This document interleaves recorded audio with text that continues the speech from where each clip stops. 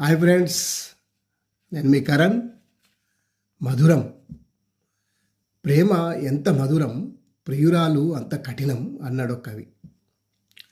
కానీ ఈ రోజుల్లో ప్రేమ అంటేనే భయపడిపోతున్నారు అమ్మాయిలు, అబ్బాయిలు.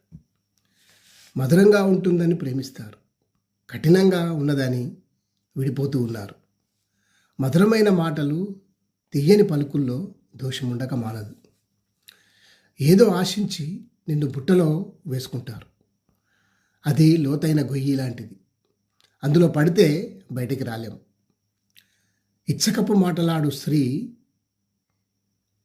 నిన్ను ప్రేమిస్తున్నట్టు నటిస్తుంది, ఇంకొకరిని ప్రేమిస్తుంది. దాని నాలుక తేనె పూసిన కత్తి లాంటిది. నీవు త్వరపడి వేటకాని ఉచ్చులో నుండి బయటకి ఎలా వస్తావో అలా బయటకి రా, తప్పించుకో. ఆమె పెదవులు నుండి తేనె మధురంగా కారుతుంది. ఆ తేనె కోసం ఆశపడకు. నీ మనసు చెబుతుంది అక్కడికి వెళ్ళకు అని, అయినా వెళ్ళాలని ఆశిస్తున్నావు. నీ యవ్వనం, నీ నరముల బలహీనత పోతుంది. నీ యవ్వనాన్ని చేజిక్కించుకుంటుంది.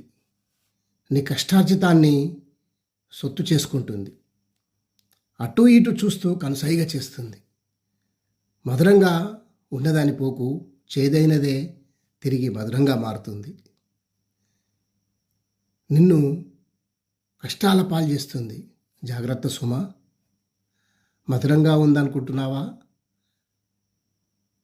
అనుకోకు. కఠినమైన నిర్ణయం తీసుకో. Thank you.